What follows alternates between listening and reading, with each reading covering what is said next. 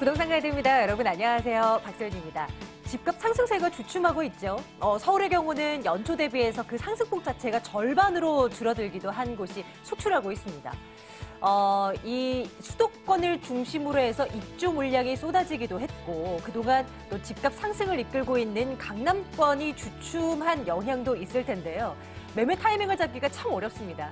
부동산 가이드와 함께 하시면서 여러분들이 궁금하신 그곳의 매매 타이밍 한번 잡아보시는 건 어떨까요? 지금 출발하겠습니다.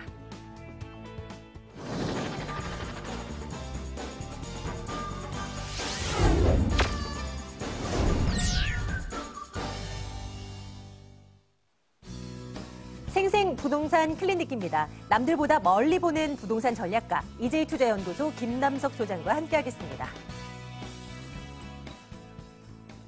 자, 금요일마다 함께하고 계시죠? 김남석 소장 만나러 가겠습니다. 소장님 어서 오세요. 네, 안녕하십니까? 안녕하세요.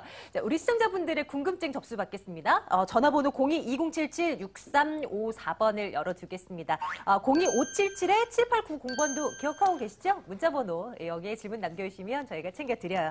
김남석 소장과 함께 부동산 투자에 있어서 알고 있으면 도움이 될 만한 팁들을 매일매일 얻어보고 있는데요. 이번 주는 어떤 걸 볼까요? 소장님, 어떤 이슈 준비하셨습니까? 네, 오늘 주제는요, 숫자, 통계로 좀 알아보는 이제 부동산의 가치 좀 살펴보도록 하겠습니다.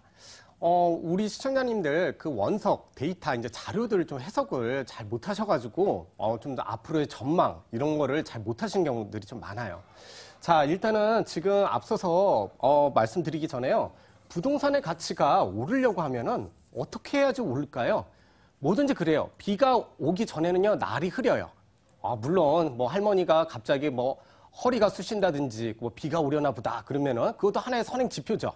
근데, 부동산의 가치가 오르기 전에는요, 꼭 그게 있어요. 앞서서 선행 지표가요, 나라, 그러니까 국가가요, 돈을 잘 벌어야지 화폐가 가치가 하락을 하면서 국내 화폐량이 많아지잖아요.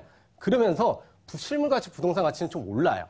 이 데이터를 가지고 같이 한번 살펴보는 시간을 가질 건데요. 자, 제일 먼저 한번 보도록 할게요. 나라들 중에서 가장 돈을 많이 번 나라는 어디죠? 미국. 약 2017년도 GDP가 약 19조 달러입니다. 그리고 중국. 그 다음에 일본. 이렇게 됩니다. 근데 그게 중요한 게 아니죠, 우리는. 그래서 그 많이 번 거를 그 인구한테 얼마만큼 배부됐느냐, 이게 나타내는 지표가 1인당 GDP 수준을 보시면 될 것 같아요. 그래서 미국 같은 경우는 1등을 했지만요. 지금 7위예요. 5만 9천. 근데 우리나라 같은 경우는요. 지금 한번 볼게요. 27인데요. 지금 2만 9,730만 달러예요. 곧 있으면은 우리가 이제 경제 지표가 좋아졌죠. 그렇기 때문에 내년이면 조금 더 상승해서 3만 달러를 이제 찍을 것 같아요. 자, 그렇기 때문에 소득 수준이 자꾸 좀 늘어나고 있다는 거는 그만큼 화폐 가치 하락으로 물가가 더 오를 거고 오른 만큼은 또다시 부동산 가격이 반영이 될 수밖에 없어요. 자, 그 사례로 한번 살펴보도록 할게요. 98년도 있잖아요. 98년도를 기준으로 보는 거예요. 이때 부동산 가격 대비 얼마, 몇 배만큼 올랐느냐를 이제 보는 지표인데요. 가장 많이 오른 데가요, 오스트레일리아입니다. 예. 그리고요, 두 번째가 많이 오른 데가요, 뉴질랜드, 그 다음에 영국, 캐나다. 이런 순입니다. 자, 그러면 우리나라는 어디 있을까요? 우리나라 이제 잘 보시면 여기거든요. 자, 그러면은 상대적으로 세계 주택 가격만 놓고 보면은 상당히 우리나라가 어떻게 해요? 많이 좀 저평가되어 있다는 거예요. 예. 제가 항상 말씀을 드리는 건요, 나만 놓고 보는 게 아니라 상대적으로 봐야 되는 거예요. 근데 주택 가격만 놓고 봤는데 다음 장만 볼게요. 소득 수준 대비를 봐야 될 거잖아요. 예를 들어서 연봉이 뭐 1억 원인 나라도 있고, 국민이 우리처럼 이제 뭐 3천만 원인 나라도 있어요. 이런 경우를 봤을 때 소득 수준 대비 집값은 어떻게 됐느냐, 변화했느냐, 이거를 시계열적으로 한번 놓고 이제 보도록 할게요. 일단은 여기가 이제 1988년입니다. 그리고 이제 여기 이제 끝이 이제 2017년입니다. 자, 보시면은, 한국 걸로 볼게요. 한국이 지금 이렇게 움직이고 있어요. 자, 어떻죠? 자, 88년도 이제 이전에 소득 수준이 어때요? 우리가 상당히 낮았죠? 그러니까 버는 건 되게 조금 버는데 그때 대비 상대적으로 집값은 비쌌다. 이렇게 이해하시면 되는데 그 뒤로 88 올림픽 겪으면서 전후로 해서 우리가 경제 성장 많이 했죠. 80년대 중반에. 그렇게 되면서 소득 수준이 마구 늘어나기 시작을 했어요. 그러니까 상대적으로 소득 수준 대비 지가는 이렇게 떨어지는 거예요. 그래서 우리가 계속 경제 성장을 하면서 쭉 하면서 상대적으로 지가 상승률은 이렇게 높지가 않아요. 근데 세계적으로 봤을 때 이제 다시 지워놓고 한번 볼게요.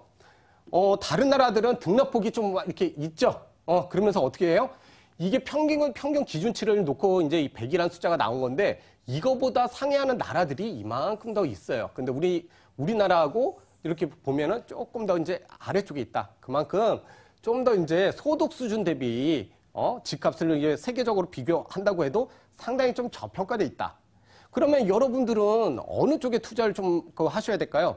일단은 입지하고 또 주택의 유형이라든지 아니면 부동산의 유형들이 달리 있어서 상품이 다양해요. 근데 일단 입지부터 좀 한번 보도록 할게요.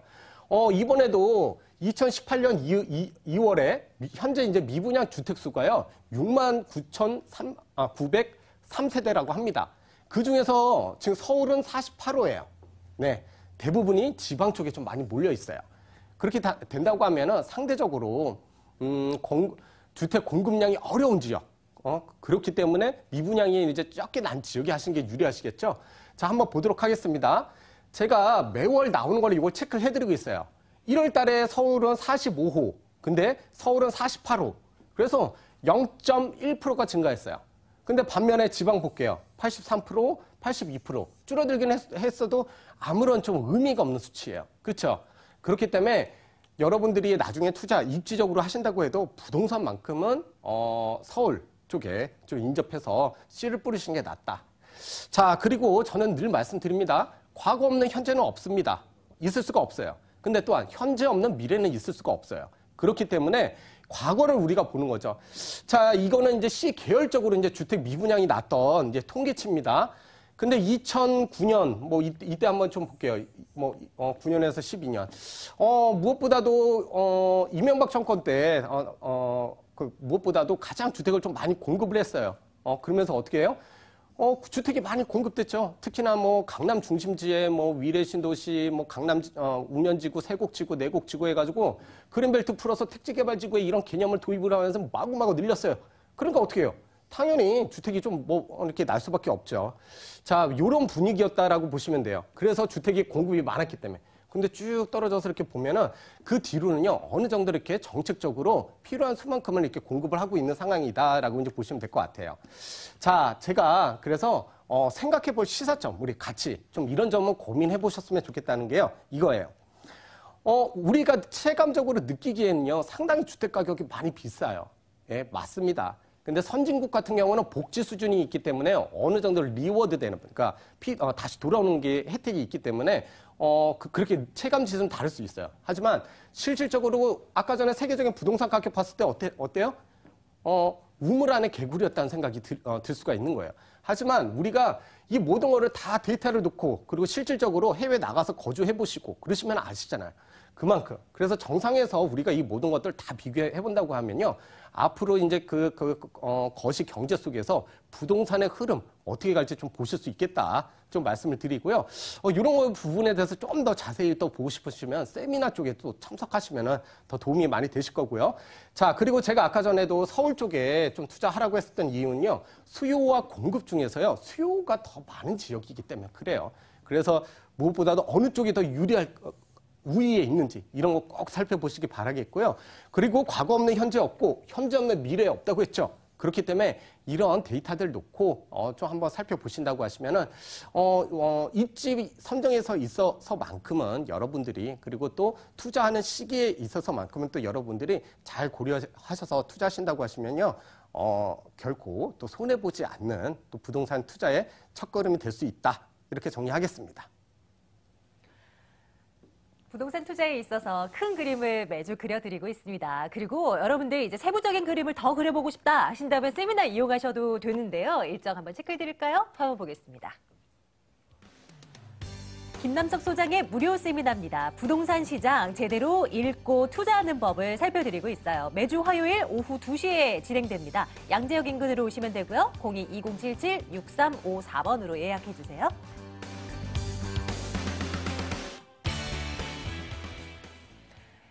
매주 핫한 곳 저희가 2곳 꼽아서 들여다보고 있습니다. 오늘도 핫한 이슈를 한번 먹은 거 있겠죠? 하나하나 열어볼게요. 첫 번째 물건입니다.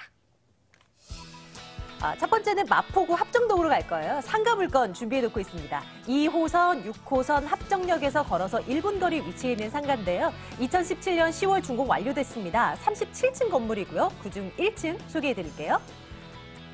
네, 이어지는 물건은 강남구 역삼동에 있습니다. 오피스텔이고요. 2호선 신분당선 강남역에서 걸어서 6분 거리 2019년 7월 준공 예정입니다. 16층 건물이고요. 그중 11층 살펴드릴게요.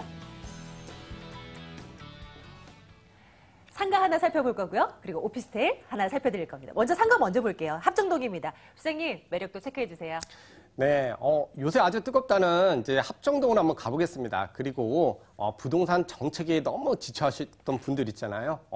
전혀 이제 주택에 대한 이런 억제 정책에 우리가 굴하지 않는 또 상가 쪽으로 한번 가보도록 하겠습니다. 자, 일단은요, 지도를 보시면요, 이렇게 참 이제 교통의 이제 중심지죠. 뭐 김포면 김포, 일산이면 일산, 거기다 더블 역세권에다 공항철도까지도 이용할 수 있고, 그렇기 때문에 또 젊은 신혼부부들이 최고로 또 선호하는 지역, 또 문화상권이 형성되어 있는 이곳입니다. 자, 일단은 지도를 보시면요, 사통팔달의 교통 중심지지만 이 지역 자체가 지금 문화상권입니다. 걸어서 다니면서 이 동네, 이 먼 데를요, 다 걸어 다니면서 뭐예요? 이 문화를 느끼기를 원해서 해외에서 관광객들이 공항철도 타고 와서 이쪽에 호텔에다가 짐 풀고 이쪽에서 마구마구 돌아다니면서 이 문화를 느끼는 곳. 바로 이제 상수, 합정 이쪽 상권이다. 이렇게 보시면 될 것 같으세요. 자, 이처럼요, 수요도 상당히 많아요. 문화상권답게 이쪽 홍대라든지 서강대라든지 이화여대, 연세대 이런 곳들이 있기 때문에 이들만의 이제 젊은 문화가 K-팝 열풍을 타고 세계적으로 이제 뻗쳐 나가고 있죠. 또한 연예인들이 가장 많이 또 선호해서 투자한 지역이 바로 이 지역이에요. 이쪽에 보면은 워낙 이제 중소의 이제 기획사들이 많이 있고요. 이쪽 보면은 이제 대형 기획사가 있죠. YG 엔터테인먼트. 자, 그렇고 이들이 가장 많이 투자한 곳들이 이쪽이에요. 손예진도 투자했고요. 그 다음에 YG도, 양현석도 투자를 많이 했고요. 그 다음에 무엇보다도 이쪽, 신동엽도, KT 엔진 이제 그 상상마당 이 근처로 또 했죠. 자, 그만큼 왜 이렇게 투자를 했을까요? 자, 그 이유가 있습니다. 여기에는 앞으로 그 주택이 많이 이제 부서질 리가 없어요. 그러면서 어떻게 돼요? 주택이 상가로 전용이 됩니다. 그렇게 되니까 어떻게 돼요? 집가가 당연히 오르는 거예요. 주택이 부족하니까. 그래서 전월세가 비싼 지역이죠. 근데 어떻게 돼요? 문화상권 때문에 상가가 계속 확장을 하는 지역입니다. 자, 그 지역의 입지, 합정역 더블 역세권에서요, 걸어서 도보 1분에 있는, 1층 상가다라고 이제 설명을 드리겠고요. 다음 장 가서 좀 설명을 드려볼게요. 이번에도요, 표준지 공시지가, 이번에, 올렸죠. 예, 그만큼 부동산 가격이 이제 많이 올랐고 거기에 대해서 반영을 해야 된다. 그래서 세수 목적으로 표준지 공시지가를 올렸습니다. 1위가 어딜까요? 연남동입니다. 연남동. 홍대 상권 이쪽. 예, 그만큼 많이 오른 상권이다라고 이해하시면 되겠고요. 다들 아시다시피 이렇게 문화상권들 계속 팽창하고 있다. 이렇게 보시면 되겠고요. 자, 그 다음에 이제 정부에서는 여기에 대해서 어떤 생각을 갖고 어떤 계획을 갖고 있느냐. 여러분 다 아실 거예요. 서울시 2030. 자, 서부권 육성 계획. 자, 그 중에서도 무엇보다도 이 모든 것들을 다 흡수하는 지역이 바로 합정 상가 입지다. 이렇게 보시면 되겠고요. 정부 같은 경우도 여기는 어때요? 문화 클러스터로는 이제 정부에서는 이렇게 계속 양성하겠습니다. 이제 이렇고요. 또 구청에서는 또 마포구에서는 어때요? 이쪽으로 또 업무단지 계속 만들겠습니다. 그래서 마포 4대 성장 육성 계획이 발표된 곳이에요. 그만큼 추진이 되고 있고 업무 상업 시설들이 계속 밀집하고 있는 지역이다. 이렇게 이해하시면 되겠고요. 다음 개발 호재로요. 제가 이제 YG 엔터테인먼트 신사옥에 대해서 설명을 드릴 거예요. 이게 이제 19년 이제 1월에 이제 준공 예정이긴 한데 그냥 상반기 정도로 이제 보시면 될 것 같아요. 근데 이게 왜 매머드 개발 호재냐? 제가 이제 이렇게 좀 설명을 드려볼게요. 약 요게 5,700평이에요. 예, 이 5,700평 큰데요. 여기 그 9옥이 바로 옆에 붙어 있죠. 9옥은 요만해요. 근데 신축은 이만해요. 근데 왜 이렇게 크게 지었을까요? 여기는 지금 보안시설 철저해서 아무도 허용된 사람들 아니면 못 들어가요. 근데 여기는요 YG 스퀘어를 이제 조성을 합니다. 그러면서 여기에서 공연을 한다든지 문화 행사를 한다든지 그래서요. 해외 관광객들이라든지 시민들한테 오픈을 하게 됩니다. 자, 이렇게 되면요. 지금 현재도요. 여기 구옥 앞에 가보면 벽에 낙서가 세계 각국어로 낙서가 무지하게 되어 있습니다. 그리고 길 건너편에 또 그 스트리트형 이제 면세점이 있죠. 그래서 거기 온 관광객들이 뭐예요? 다 여기 가서 사진 찍고 가고 그럽니다. 관광 명소가 됐습니다. 들어가지도 못해요. 근데 이게 이렇게 형성이 되고 여기서 콘서트를 한다고 생각을 해보세요. 어마어마하죠? 자, 그 동선을 한번 제가 짜드릴게요. 자, 일단은 합정역 8번 출구 나오면요. 요렇게 해서 이제 이런 식으로 가게 됩니다. 자, 더우니까, 여름에는 덥고 겨울엔 추우니까 지하철역에서 찍고 나면은 여기는 지하 1층이지만 여긴 1층이 돼요. 그러면서 요렇게 가든지요. 아니면 요렇게 해서 이제 가게 돼요. 자, 이 두 동선상에서 1층에 있는 상가다라고 보시면 되겠고요. 현재도 이제 공실 염려가 없지만요. 앞으로 이게 생기면 어떻게 될까요? 더 많은 유동인구가 늘어나겠죠. 그리고 또 하나의 또 개발 호재를 말씀드립니다. 우리나라에서요, 역대적으로 이렇게 당연히 발전소만큼 이렇게 어마어마하게 큰 공원이 있었나요? 없었어요.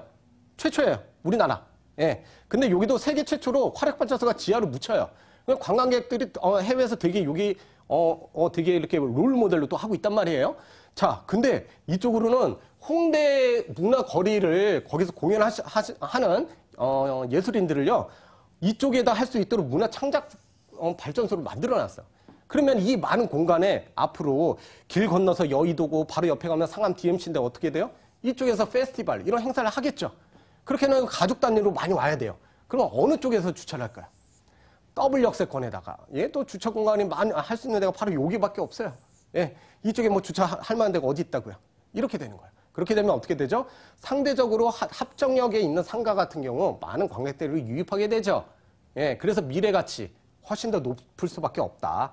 이렇게 말씀드리겠고요. 여기 실제 조감도입니다. 그리고 여기에는 지금 뭐 수백 개 이제 브랜드들이 이제 좀 입점해 있는 상황이고요. 실질적으로 이제 이렇게 보시면은 교보문고가 이쪽으로 이렇게 다 입점을 했어요. 예, 전체. 그래서 어마어마하게. 그래서 우리나라에서 교보문고가 들어간 입지는 최고의 입지잖아요. 근데 여기가 최대 규모로 들어왔어요. 국내. 그 얘기는 뭐죠? 벌써 이들은 교보문고는 벌써 여기에 사업성 검토가 끝나서 들어와서 이제 선점을 했다는 거예요. 예, 그만큼 이쪽이 앞으로 미래 가치 좀 더 높을 수밖에 없다. 그렇게 좀 이해하시는 게 바람직하고요. 여러분들 제 가격이 궁금하실 거예요. 그러면 어느 정도냐? 예, 일단은 매매가는요 10억 9,200만 원입니다. 자, 그리고요 보증금은요 6천에 지금 월세가 370만 원이 입니다. 그렇게 되면 어떻게 되죠? 대출을 좀 활용하셔가지고 하신다고 하면요 실투자금은요 이제 이 정도로 이제 좀 접근이 가능하시겠다. 이렇게 좀 정리하도록 하겠습니다. 마포구 합정동 다녀왔습니다. 상가 물건 여러분들 잘 눈여겨보셨습니까? 화면 통해서 이 물건에 대한 정보 다시 한번 확인해 볼게요.